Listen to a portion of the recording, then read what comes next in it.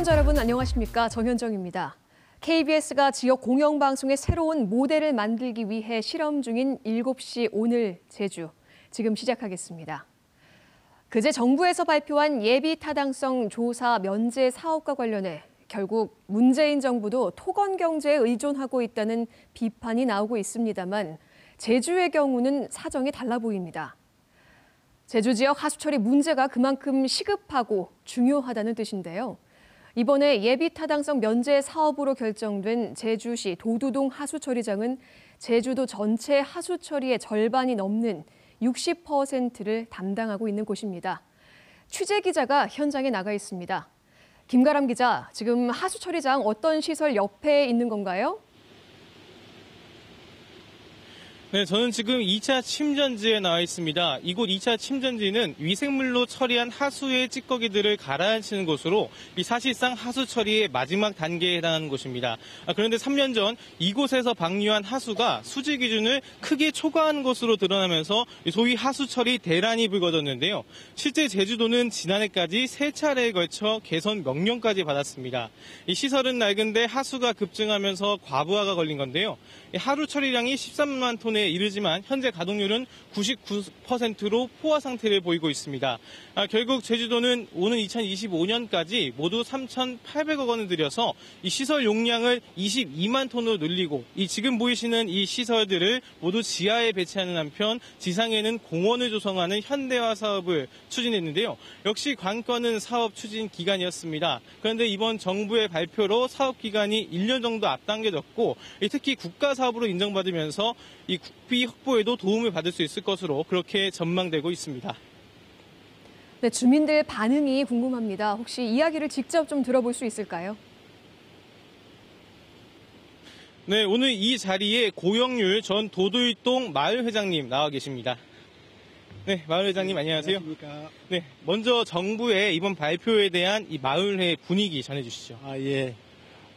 우리 이번에 그 나라에서 이제 여타 결정이 됨으로 인해서 우리 지역 주민들은 잔치의 분위기고 또 환호의 그러한 분위기입니다. 사실은 제주 하수처리장이 우리 지역에 약 25년 동안 유치하면서 하수처리장으로 인해서 우리 지역에 미치는 영향은 대단히 컸습니다.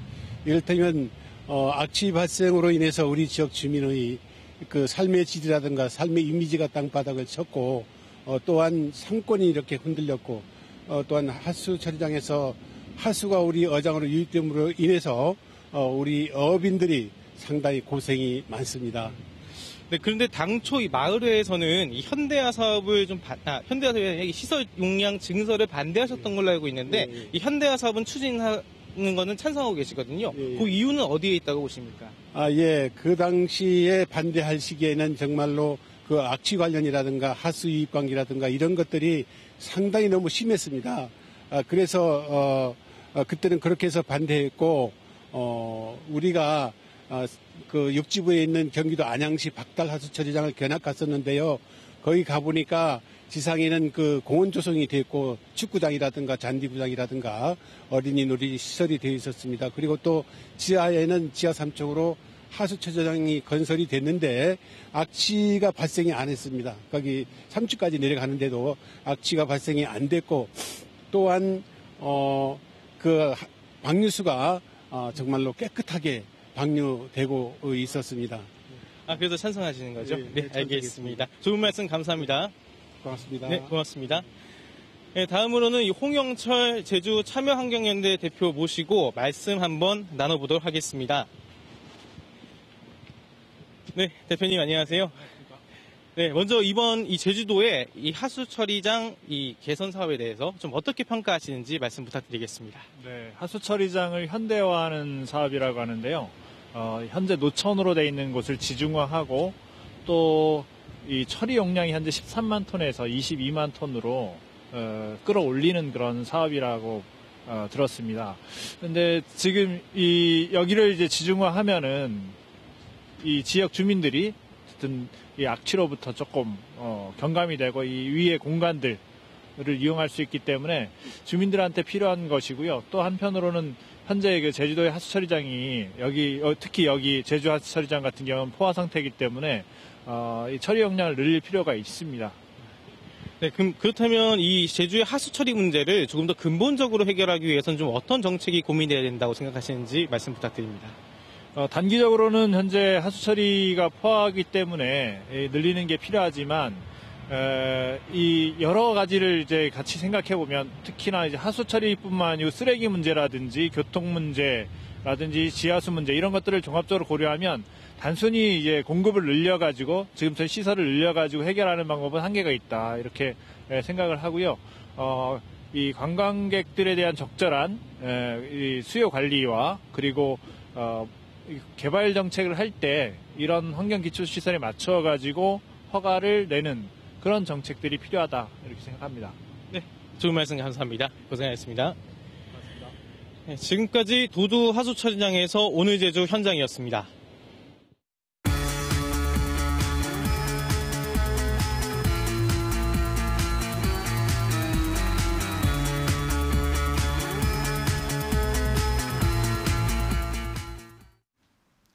네, 오늘 제주에서 있었던 뉴스를 정리해드리는 뉴스브리핑 손보련입니다.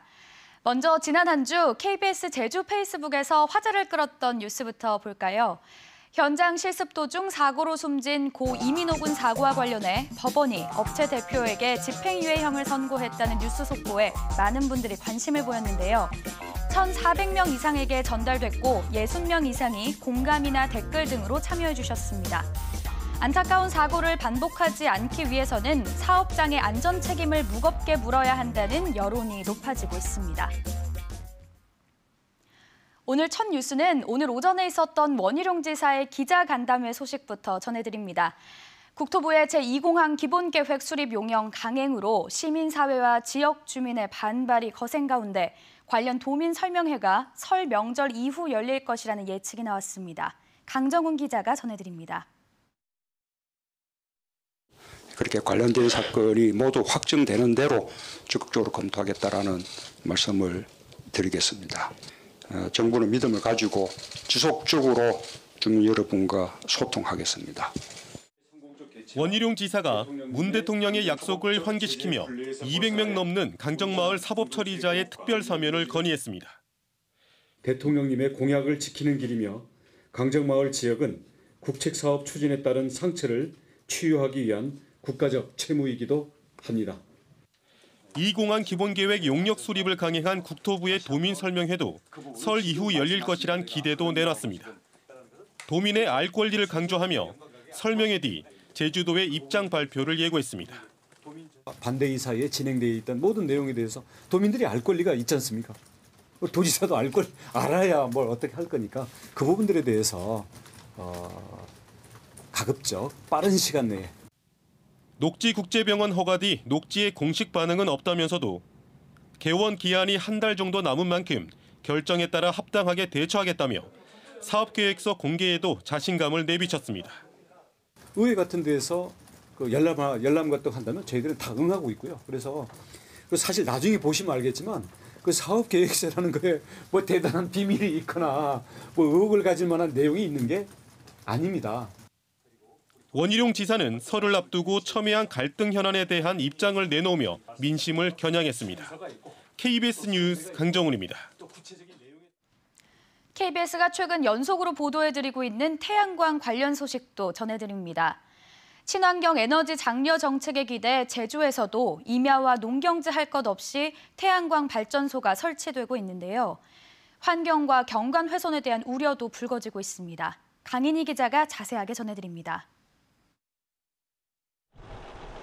태양광 발전소 허가가 난 중산간. 수십 년 된 나무들이 잘려나가고 파쇄 처리돼 속살을 드러냈습니다.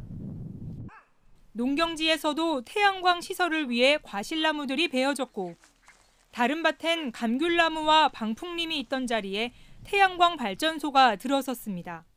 일감나무 상국대가 170개 정도 그 사람들 다 베고 방풍도 다 맞춰서 그 사람들 다 했는데 주변으로 한 바퀴 빙 돌아 다 신겨 있는 거 자르면서 그 사람들 다 다시 하던데. 태양광 열풍으로 없어지거나 사라질 예정인 산지는 얼마나 될까? 2015년 30여 건에 그치던 태양광 허가가 급증하며 지난 4년 동안 허가 면적만 축구장 230개와 맞먹습니다. 농경지의 태양광 허가 건수도 지난해 300건을 넘습니다. 신재생 에너지 개발의 필요성은 공감하면서도 환경훼손 논란이 이는 이유입니다. 올해부터 산지관리법이 강화돼 임야에 태양광을 설치하기 위한 지목 변경이 금지되고 태양광 사업을 한 뒤 원상복구해야 하지만 농지에 대한 규제는 사실상 없습니다. 제주에서 태양광 발전 입지들을 결정을 한다라고 하면 그렇게 생태계가 주는, 자연이 주는 가치들을 평가해서 그 가치보다 개발로 인한 효과가 했었을 때 입지가 적정하다라고 얘기할 수 있으므로 그런 제도적인 내용들을 좀 보완을 해야 된다라고. 태양광 발전 난립으로 경관훼손 갈등이 커지며 주민들이 떠나는 다른 지역 사례도 눈여겨볼 만합니다. 뭐 여기 번쩍 저기 번쩍 하고 있으니 나부터도 일단 귀농을 했는데 들어올 사람이 없다라는 거죠. 이제 있는 분들도 떠나시면 마을은 텅텅 비어버리는. 태양광 발전 급증에 따른 부작용 해소를 위한 보완책이 시급해졌습니다. KBS 뉴스 강인입니다. 오후 들어 대부분 눈은 그쳤지만 한라산 어리목에 16cm의 눈이 쌓였고 제주시 아라동 산천당과 에어룹 유수함에도 8cm의 적설량을 기록하면서 1100도로에선 소형과 대형차 모두 통제되고 516도로에서도 소형은 통제됐습니다. 제주 북부와 서부 산지에 강풍주의보가 내려지고 제주공항에는 윈드시어 특보가 내려져 제주기점 항공편 14편이 결항했고 연결편 등 문제로 60여 평이 진연 운항됐습니다. 제주 전 해상에 풍랑주의보가, 제주도 남쪽 먼바다에는 풍랑경보가 발효됐습니다.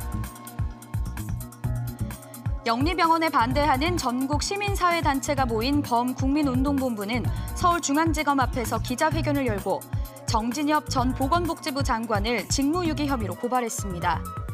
범국민운동본부는 영리병원 도입으로 의료비가 상승하고 의료 격차가 생기면서 보건의료체계가 무너질 수밖에 없는데 정 전 장관은 제주 영리병원 사업계획서를 제대로 보지 못했다고 말하는 등 주무부처 장관으로 사업계획서도 제대로 검토하지 않고 승인했다며 고발 이유를 밝혔습니다. 제2공항에 반대하며 제주도청 앞에서 단식 투쟁 중인 여성 활동가들이 청와대 앞에서 기자회견을 열고 문재인 정부에 대해 5조 원의 혈세를 낭비하지 말고 제2공항 사업을 중단하라고 밝혔습니다. 이들은 제2공항 사업의 문제로 드러난 과다한 수요 예측과 부실한 사전 타당성 조사에 대해 토건 예산 낭비의 전형이고 국방부에선 공군기지를 함께 설치하려 한다며 청와대가 나서야 한다고 촉구했습니다. 정의당 제주도당은 도미나방에서 기자회견을 열고 갑질 피해 신고센터를 출범한다고 밝혔습니다.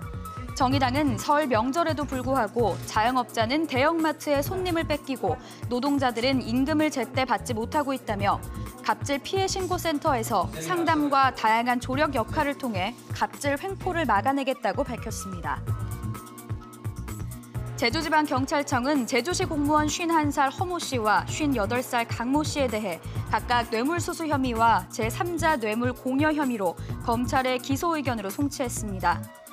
공무원 허 씨는 제주시 건축 업무를 담당하던 2016년 8월 동료 공무원 강 씨와 함께 있는 자리에서 건설업자 이 씨로부터 현금 200만 원을 받고 지난해 7월에는 건설업자 김 씨로부터 58만 원 상당의 골프장 쿠폰을 받은 혐의를 받고 있는데 이들은 관련 혐의를 부인하고 있는 것으로 알려졌습니다. 제주지방법원 제2형사부는 강제추행 혐의로 재판에 넘겨져 자신의 희망에 따라 국민참여재판을 받은 학원 강사 41살 김모 씨에게 벌금 1,000만 원을 선고하고 성폭력 치료 프로그램 40시간 수강을 명령했습니다.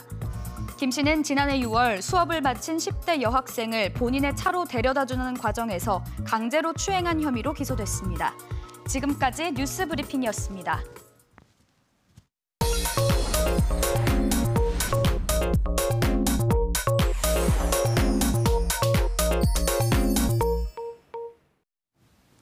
어렵고 복잡한 뉴스를 쉽게 설명해드릴 친절한 뉴스, 최승민 기자 나와 있습니다. 안녕하십니까? 네, 안녕하세요.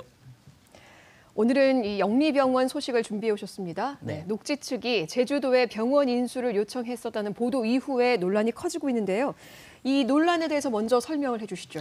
네, 이 논란을 말씀드리려면 녹지국제병원의 사업 진행 과정부터 알아야 하는데요. JDC에서 추진 중인 헬스케어 타운에 중국 녹지그룹이 투자하고 있는 것은 아실 테고요. 먼저 2015년으로 가보겠습니다.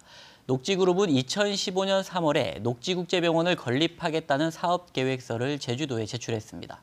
제주도는 이 사업계획서를 검토해서 승인기관인 보건복지부로 보냈고요. 2015년 12월에 보건복지부가 이 사업계획을 승인했습니다. 당시 보건복지부는 크게 3가지 이유를 들어서 승인을 했다고 밝혔는데요. 내국인이 아닌 외국법인에서 100% 투자했고 녹지그룹의 연 매출액이 70조 원을 넘기 때문에 자금 조달도 어렵지 않다는 겁니다. 또 제주도 내 종합병원과 협약을 체결해서 응급의료체계를 갖췄다고 봤고요. 외국인을 대상으로 피부와 미용, 성형 등의 한정에 47개 병상으로 운영하기 때문에 국내 의료체계에 미치는 영향이 크지 않을 것으로 보인다는 이유였습니다. 그러면 2015년 보건복지부의 사업계획 승인 이후부터 이 영래병원 사업이 본격적으로 추진됐다. 이렇게 볼 수 있을까요? 네, 그렇습니다. 녹지 측은 보건복지부로부터 승인을 받고 그 다음 해인 2016년에 공사를 시작했고요. 2017년에 완공했습니다. 그리고 2017년 8월에 녹지국제병원 개설 허가 신청서를 제주도에 제출했습니다. 그리고 문제의 2018년이 된 건데요. 시민단체들이 지난해 2월 제주도의 수기형 정책개발을 청구했습니다. 그 제주도 수기형 정책개발심의위원회는 한 달 후에 녹지국제병원 개설 허가를 공론화 절차를 밟아서 추진하자고 의결했고요. 원희룡 지사도 이를 수용했습니다. 그리고 4월부터 수기형 공론조사위원회를 가동하면서 6달 동안 공론조사를 진행했고요. 지난해 10월 반대 58.9%의 의견으로 개설 불허를 권고했습니다. 그런데 권고안을 받아들일 것처럼 얘기하던 원희룡 지사가 지난해 12월 조건부 개설 허가를 내줬습니다. 네, 이 조건부 개설 허가 잠시 후에 또 이야기를 나눠보도록 하고요. 녹지 측이 병원 개설 허가를 신청하고 조건부 개설 허가를 받기까지 계산해보니까 1년 4개월 정도가 걸렸네요. 네. 이렇게 일정이 지연되면 사업자인 녹지 측에서도 마냥 기다리지는 않고 좀 반발이 있었을 것 같은데요. 네, 그렇습니다. 그동안 무슨 일이 있었는지는 저희가 입수한 공문을 통해서 한번 설명을 해보겠습니다. 지난해 2월인데요. 녹지 측이 제주도에 공문을 보냈습니다. 2017년에 열린 보건의료정책심의위에서 외국인 전용 의료기관 조건으로 개설을 허가하는 안을 검토했는데 이는 의료법 위반이라며 반발했습니다. 그리고 제주도와 JDC의 적극적인 투자 요청에 의해서 투자를 했고 녹지국제병원 사업도 제주도와 개발센터의 간곡한 요청에 따라 진행한 것이기 때문에 조속히 허가를 내달라 이렇게 촉구했습니다. 네. 이후에 이제 녹지 측이 제주도에 공문을 보내서 병원 인수 요청을 했다고 보도를 했죠. 그게 그럼 시점이 언젠가요? 네, 그건 조건부 개설 허가가 나오기 2달 전인 지난해 10월입니다. 당시 공문을 저희가 입수하진 못했는데요. 다만 정보공개 청구를 통해 내용을 확인할 수 있었습니다. 건물 신설에 투입한 비용이나 각종 의료시설 구매, 인건비 등 경영 비용이 발생하고 있기 때문에 제주도에서 인수 방안을 최대한 빨리 제시해주거나 제3자를 추천해달라는 거였습니다. 이 내용은 또 다른 공문을 통해서 확인할 수가 있었는데요. 지난해 10월 녹지 측이 2번째로 보낸 공문입니다. 비영리병원 전환은 보건복지부로부터 사전 승인을 받은 사업계획서에 위배되기 때문에 할 수 없다. 이런 내용을 밝혔는데요. 마지막 문장을 보면 제주도에서 녹지국제병원의 인수 및 손해배상 문제를 빠른 시일 내에 해결해 줄 것을 다시 한번 간곡히 요청한다고 밝혔습니다. 그러니까 제주도에 병원 인수 요청을 한 것이 한 번이 아니라는 걸 확인할 수 있습니다. 네, 이처럼 녹지 측에서 제주도에 병원 인수를 한 번이 아니라 몇 번 요청을 했죠. 네. 그런데 이제 제주도는 밝혀지기 전까지는 또 얘기가 아예 없다가 이게 밝혀지니까 인수 방안을 검토했다 했는데 이 사실은 밝혀졌나요? 네, 그 녹지 측이 병원 인수를 요청했다는 KBS 보도에 대해서 제주도는 이제 설명 자료를 내고 새로운 사실이 아니고 이미 발표했던 사안이라고 설명을 했는데요. 원희룡 지사가 조건부 개설 허가를 할 당시에 인수 방안을 검토했다고는 설명은 했습니다. 하지만 사업자인 녹지 측에서 제주도에 병원 인수를 요청하거나 제3자를 추천해달라고 한 사실은 그동안 전혀 알려지지 않았던 내용이고요. 제주도에서도 이런 내용을 담은 자료는 제시하지 못했습니다. 사실 이게 새로운 사실이냐 아니냐는 그다지 중요한 건 아니고요. 녹지 측의 인수 요청에 대해 제주도가 제대로 검토했는지가 핵심인데 네. 검토는 했다고 하면서도 관련된 자료를 내놓지는 못하고 있습니다.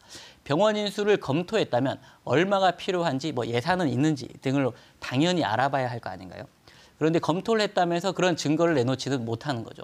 제주도는 또 이 설명 자료를 통해서 원희룡 지사가 직접 병원을 방문해 시설을 꼼꼼히 확인한 결과 다른 용도로 활용이 불가능하다는 판단을 내렸다고 밝혔는데요.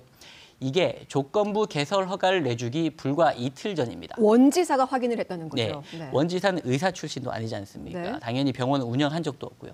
의료 분야에서는 비전문가일 수밖에 없는데 제주도의 설명대로라면 비전문가가 병원에 한 차례 방문해서 판단을 내렸다는 겁니다. 시민단체의 반응 들어보시죠. 병원 시설을 어떻게 쓸 수 있을지에 대해선 전문가들의 종합적인 판단이 필요합니다. 그럼에도 불구하고 원희룡 지사님이 독단적으로 판단한 것에 대해서 상당히 이게 사실에 맞지 않고 문제라고 판단됩니다.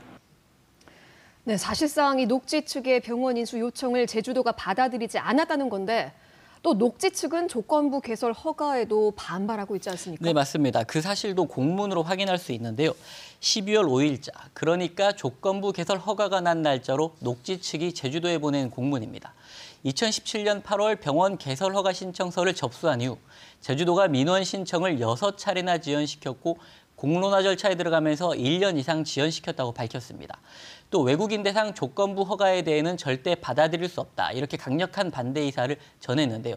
이 공문의 마지막 부분을 보면 녹지는 제주도와 JDC에게 떠밀리다시피 녹지국제병원 사업을 시작했다고 돼 있습니다. 녹지 측이 원해서 영리병원 사업을 한 것이 아니란 뜻인데요. 이게 사실이라면 녹지 입장에선 상당히 억울할 일인데 취재에 일절 대응을 하지 않고 있어서 저희가 그 답을 듣지는 못했습니다. 네, 이 제주도가 조건부 개설 허가를 하면서 고심 끝에 내린 불가피한 선택이라고 밝혔는데요. 허가 결정을 내기까지 어떤 고심을 했는지 이 자리에서도 한번 들어보고 싶습니다. 병원 사업에 대한 녹지 측 입장도 마찬가지고요. 오늘 여기까지 듣겠습니다. 친절한 뉴스 최수민 기자였습니다. 고맙습니다.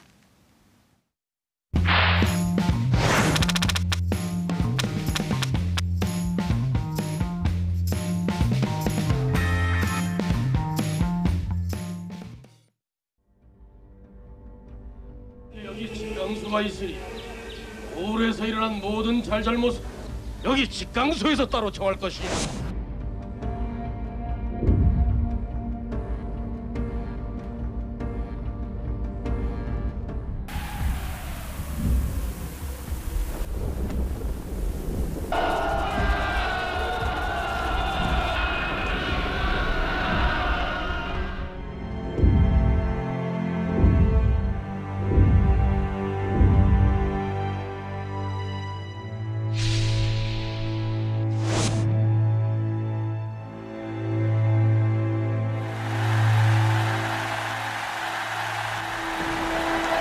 이놈은 대안에서 지극히 천한 사람으로서 무지몰각하지만 충군 애국의 뜻은 대강합니다. 지금에 있어서 나라에 이롭고 백성에게 편리하게 하는 길은 관민이 합심한 후에야만 되겠습니다. 저 천막을 보자치면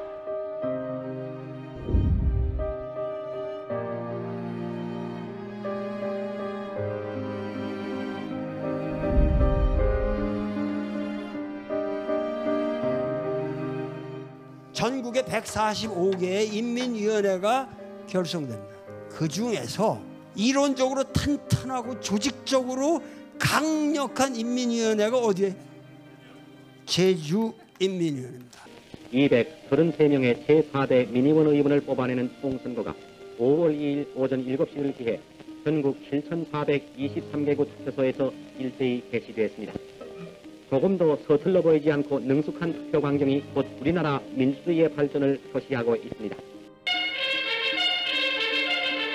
단기 4294년 5월 16일 부패와 무능으로 국민의 신망을 잃은 민주당 정권을 물리치고 지난 5월 24일 혁명정부에서는 각 도지사와 시장을 임명 발령했는데 전남도지사의 송호림 준장, 제주도지사의 김영관 준장이 각각 임명되고 또한 이날 9개 도시의 시장도 새로 임명됐습니다. 선서식에서 네, 일회성으로 사라지는 수많은 기사 속에 묻혀서는 안 되는 뉴스를 심층적으로 파고드는 뉴스픽 코너. 오늘은 앞서 영상에서 보신 것처럼 1894년 집강소에서 1898년 만민공동회, 1945년 인민위원회를 거쳐 1950년대 읍면자치까지 이어지는 풀뿌리 자치에 대해 김익태 기자와 함께 한 걸음 더 들어가 보겠습니다. 이 영상에서 소개해드린 것처럼 풀뿌리 자치 경험이 꼭 서구 국가의 전통만이 아니라 우리에게도 있다는 걸 말해주는 거겠죠? 네, 그렇습니다. 정확한 지적입니다. 이 풀뿌리 자치 사례야 우리 국내에서도 거슬러 올라가면 뭐 조선시대 마을 자치 규약인 향약이라는 게 있지 않습니까? 뭐 그런 것도 거론할 수 있겠습니다만 이 집강소부터 우리 기원을 잡은 거는 이 민주공화국, 즉 왕이 통치하던 제국에서 백성이 나라의 주인임을 알리는 그런 시작이기 때문입니다. 네. 이렇게 역사 이야기를 딱 지금 시점에서 꺼낸 이유가 있을 것 같은데요. 네, 뭐 역사를 좋아하시는 분도 있겠지만 또 싫어하시는 분들이 왜 갑자기 이런 얘기 할까 생각하실 텐데요. 2006년 특별자치도 출범 이후에 이 말만 무성한 채 결론을 내지 못하고 있는 주제가 하나 있죠. 네. 행정체제 개편입니다. 혹시 무엇을 중심에 놓고 논의를 해야 하는지 잊어버리고 이 시장 직선제라는 이 좁은 대안에만 매몰된 건 아닌지 이제 돌아봐야 할 때 아닌가 싶습니다. 왜냐하면 최근에 이공항이라든지 영리병원이라든지 큰 이슈에 너무 묻히다 보니까 정작 우리 생활에 직접적으로 연관이 되는 이 주제를 너무 좀 소외시하고 있지 않는가 이런 생각입니다. 네, 이렇게 화두를 던지셨는데 그렇다면 이 행정체제 개편 논의할 때 무엇을 중심에 둬야 한다고 보시는 겁니까? 네, 제가 보기에 2006년도 그 특별자치도 논의 당시에 빠뜨린 핵심이 하나 있습니다. 바로 주민자치의 관점이라고 보는데요.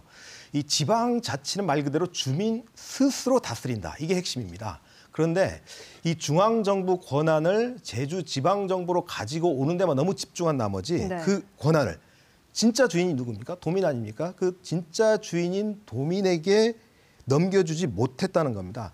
그렇다 보니까 이 도지사 권한만 커지고 정작 지방자치 주인인 주민 입장에선 크게 달라질 게 없는 이런 상황이 되는 거죠. 그렇다면 이 문제를 어떻게 풀어가야 할까요? 네, 그 풀뿌리 민주주의라는 측면에서 주민 스스로 자신의 운명을 결정할 수 있도록 해야 합니다. 그러니까 도지사라든지 이런 정치인들이 결정하는 게 아니라 네. 나의 운명은 내가 결정한다는 거죠. 그러니까 이게 대의제라는 이 간접 민주주의에서 벗어나서 직접 민주주의의 제도와 정신을 확산해야 한다 이런 취지입니다. 최근 3.1운동 100주년을 맞아서 이런 관점에서 직접 민주주의를 요구하는 목소리가 커지고 있는데요. 제가 이 서울과 제주에서 이런 움직임을 취재해봤습니다. 영상으로 함께 보시겠습니다. 집강소라는 이름으로 직접 민주주의를 실천했던 한국의 종교 동화. 천도교로 이름을 바꾼 뒤 1921년 서울 중심부에 마련한 터전입니다. 이 역사적인 장소에서 시민 200명이 모였습니다. 1919년 3.1운동을 3.1혁명으로 기억하는 시민들이 민회, 국가나 지역 현안에 대해 논의하는 시민회의체 모임을 선포하기 위해서입니다. 국회도 있고 지방의회도 있는데 왜 민회를 만들었습니까? 그것은 바로 우리의 민주주의가 지금 정체되어 가고 있고 이것이 이대로 정체되다가는 퇴행할 수밖에 없다는 그러한 것을 우리 모두 너무나 잘 알고 있기 때문입니다. 지난해 12월부터 신청한 시민 500명을 대상으로 추첨을 거쳐 350명을 뽑았고 이 가운데 200명이 참석했습니다. 전국적으로 민회가 활성화돼서 정책에 대한 주민들의 참여가 껄끄러운 것이 아니다. 너무나 당연한 거고 그것을 참여해야지만 내 생활의 변화를 내가 직접적으로 줄 수 있다는 것을 느낄 수 있는 좋은 계기가 되었으면 합니다. 3.1 서울민회는 직접 민주주의의 확대 강화를 뚜렷한 목표로 하고 있습니다. 이를 위해서 6가지 의제를 선정했는데요. 정치개혁과 경제 민주화, 평화통일과 교육개혁, 마을공화국과 환경에너지 등입니다. 앞으로 사법개혁과 청년 등으로 의제를 확대한다는 구상입니다. 이런 의제들은 모두 참가 시민들이 직접 결정했습니다. 앞으로 한 달간 6개 분과위원회별로 토론을 거친 뒤 3월 1일 총회에서 정책 제안을 채택할 계획입니다. 이 정책을 정부와 국회, 지자체에 권고하는 등 앞으로 민회를 상설 운영한다는 계획입니다. 서울을 제외하고 지역에선 유일하게 제주에서도 민회 결성을 위한 움직임이 있습니다. 43개 읍면동마다 신청자 추첨과 주민자치위원회 추천 등으로 3명씩 민회 위원을 뽑아서 129명으로 제주 민회를 구성한다는 계획입니다. 도민들을 대상으로 다음 달 8일까지 신청을 받고 있습니다. 3.1운동 100주년을 맞이해서 그런 어떤 정신을 계승하고자 여기에 지원하게 됐고요. 하향식이 아니라 상향식, 지역 주민들이 원하는 것이 무엇인가, 그거를 찾아가지고 지역 주민들이 일할 수 있도록 하고, 선거가 다 끝나면 이제 딱 그런 일이 없다는 듯이 이제 모든 것들이 이제 주민이 위주로 가는 게 아니라 어떤 정당의 이익이나 아니면 행정 편의에 의해 가지고 그런 일들이 이루어지다 보니까 아무래도 이런 그 민회라든지 이런 그 시민 활동에 대해 가지고 많은 그 어떤 갈망이라고 할지 그런 것들이 많이 그 표현이 되는 것 같습니다. 제주 민회는 3월 1일 전체 회의를 시작으로 읍면동 풀뿌리 자치라는 한 가지 의제를 집중적으로 토론합니다. 여기서 확정한 계획을 도지사와 도의회, 국회에 청원하는 운동을 이어가기로 했습니다. 서울과 제주에서 진행 중인 민회 운동을 취재했는데요. 영상에서 보긴 했습니다만 민회라는 단어가 좀 전 낯설거든요. 좀 간단히 설명해 주시겠습니까? 네, 사실 그 자주 쓰는 용어는 아닙니다. 최근에 나온 용어인데요.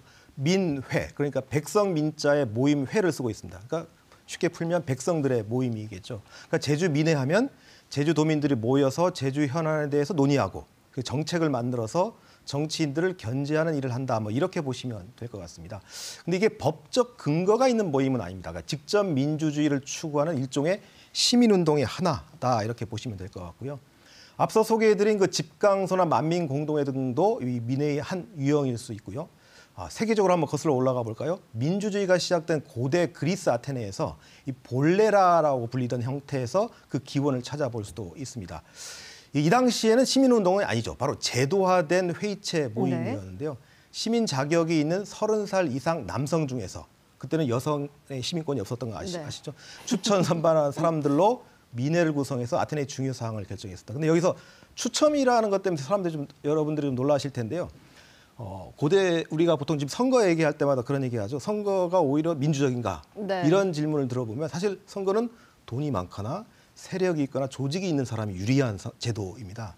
근데 고대 그리스 시대는 그때 당시에 정치학자들, 철학자들이 뭐라 그랬냐면 추첨은 너무 선거는 비민주적이다. 금권 선거로 갈 수 있기 때문에 이건 비민주적이고 가장 민주적인 제도는 추첨이다. 즉 시민권을 가진 사람이라면 무작위로 추첨을 했을 때 충분히 국가라든지 지방 행정을 할 수 있는 능력이 있다. 이렇게 판단을 한 거죠.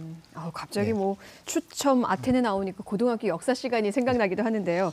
서울 민회 역시 이제 시민들이 스스로 모임을 만들어서 정책 제안을 하겠다는 걸 텐데 6가지 의제 가운데 저는 그 마을 공화국이 눈에 띄네요.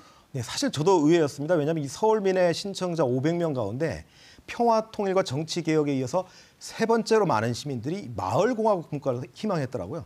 깜짝 놀랐는데 이 풀뿌리 자치를 위해서는 내 생활과 직결되는 마을 단위에서 자치를 해야 한다는 욕구가 반영된 결과라 이렇게 분석을 할 수 있을 것 같습니다.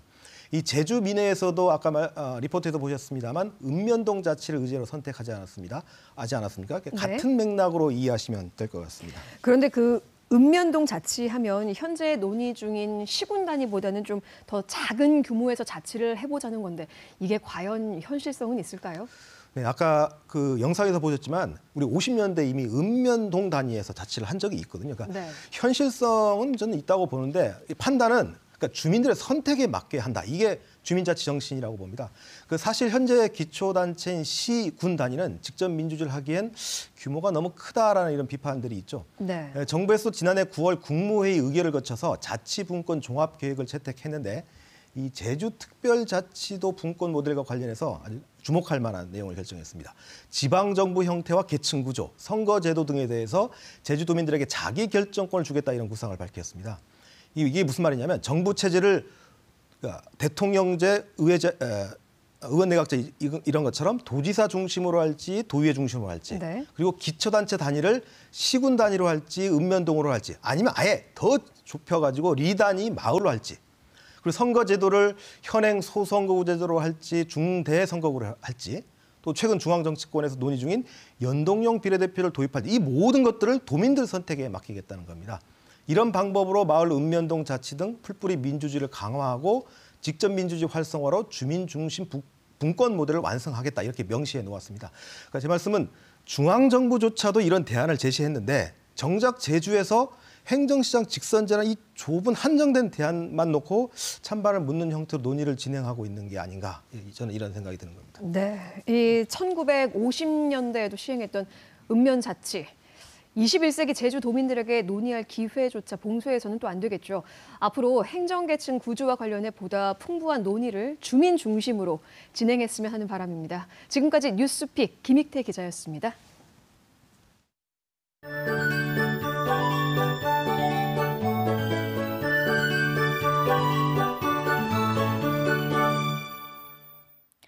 오늘 오후 3시까지 제주도 북부와 산지에 대설주의보가 내려지며 많은 눈이 내려쌓인 하루였습니다.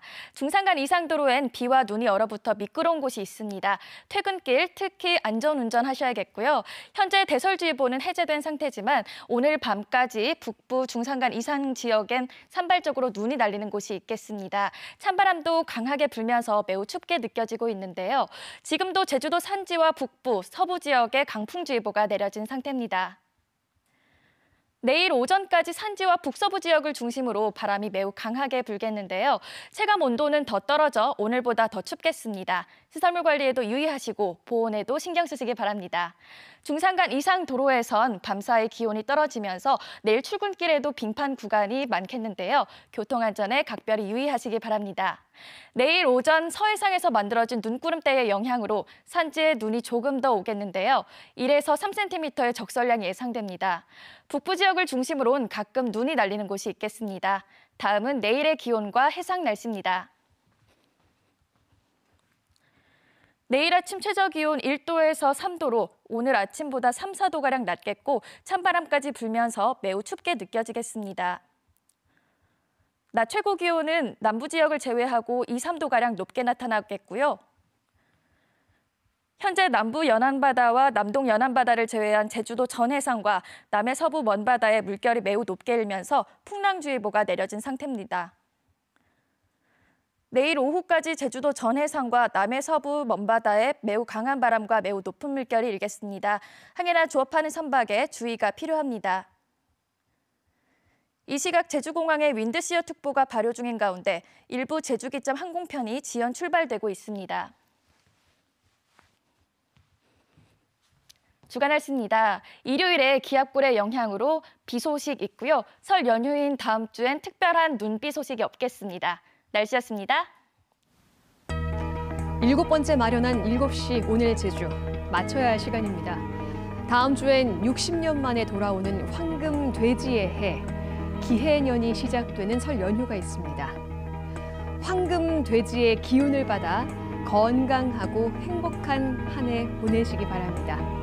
새해에도 여러분과 다양한 방법으로 소통하도록 노력하겠습니다. KBS의 주인은 시청자 여러분입니다. 지역 공영방송의 새로운 모델을 꿈꾸고 있는 7시 오늘 제주는 시청자 여러분과 함께 만들겠습니다. 설 연휴가 끝나고 다음 주 목요일 저녁 7시에 다시 뵙겠습니다.